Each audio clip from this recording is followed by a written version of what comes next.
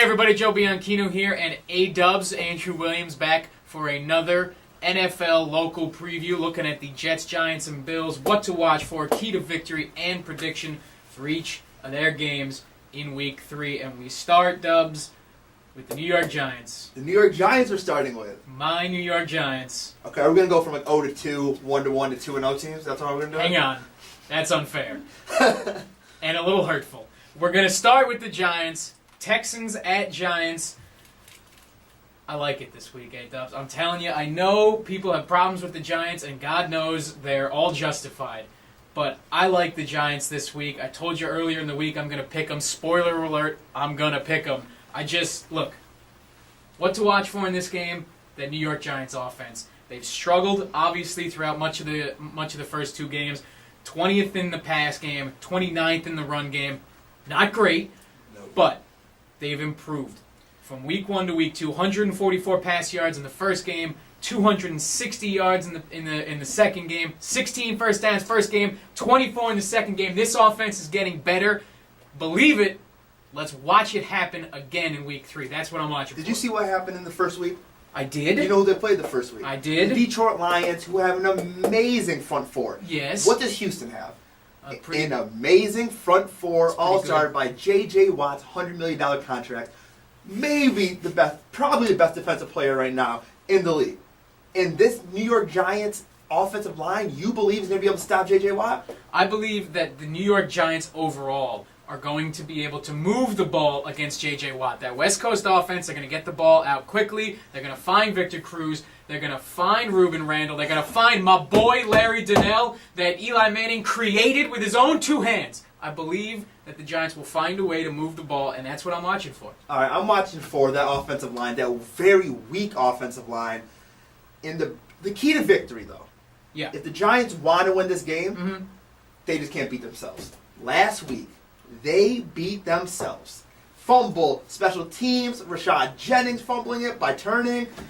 Eli Manning's awful interception in the first quarter, which he got over. He got over that. He did? He did have a good game, I'll say that. What's your key to victory? That's it. I actually agree with you on the key to victory. They need to catch the ball, and they need to hold on to the ball, which are two things they did not do last week. They haven't done all season. Victor Cruz is leading the NFL in drops right now. Guy needs to learn how to hold on to the damn football. And you know, you mentioned it a little bit. They were leading that game against the Cardinals last week. They were in the lead until Victor Cruz drops a third down pass, and then they get a punt return for a touchdown. They fumble the ensuing kickoff. The Cardinals score again, and then the Giants start driving down the field, and Rashad Jennings trips over his own 2 feet and fumbles the ball and fumbles the game away right there. They cannot beat themselves. A-Dubs, I'm here. I don't think they will beat themselves. I said it at the top. I said it all week. Giants win this game. They get off the schneid 24-20. That's what I'm picking. Last week I was very disrespectful to the Giants. I thought they were going to get blown out, and they played a lot better than I thought. You tend to be disrespectful to the Giants, but well, continue. Right. It's merited. But anyway, I have Giants starting off 0-3, losing this game once again, but closer. I have a 21-17 Houston winning this game close. We'll take solace in the fact that you have it closer. We're going to go from 0-2 to 2-0. We'll leave the Jets for last since they play on Monday night. Chargers at Bills. You know, E.J. Manuel, Doug Marrone deserves a ton of credit for this team, shepherding along E.J. Manuel, that run game. And that we have to watch for is the Bills' ability to be three-dimensional, to score in a number of different ways. They're 7th in rushing right now. C.J. Spiller got a special teams touchdown last week. They're 26th in the pass, but they're better than that. They are. Doug Marrone is just taking pressure off. He's leaning on the run game. They're using special teams and taking pressure off their young quarterback, E.J. Manuel. But I like their versatility, and that's what I'm going to be watching for in this game. The thing I'm watching for most right now in this game is that this team has beginning of the season, they're predicated on their defense, good front four, good secondary. They're ranked 21st right now in defense. After, like I said, Doug Marrone can't be happy about that. So that's the biggest thing I'm watching for. This defense needs to improve.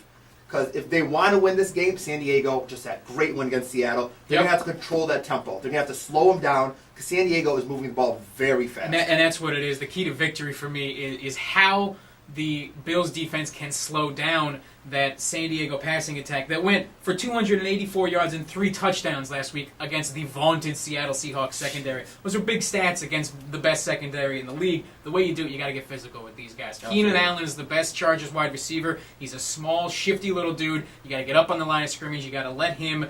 You can't let him get off the line of scrimmage. You have to disrupt the timing. Antonio Gates, he's a monster matchup-wise. If you let him loose down the middle of the field, he's going to catch the football, so don't let him loose. Jam him at the line.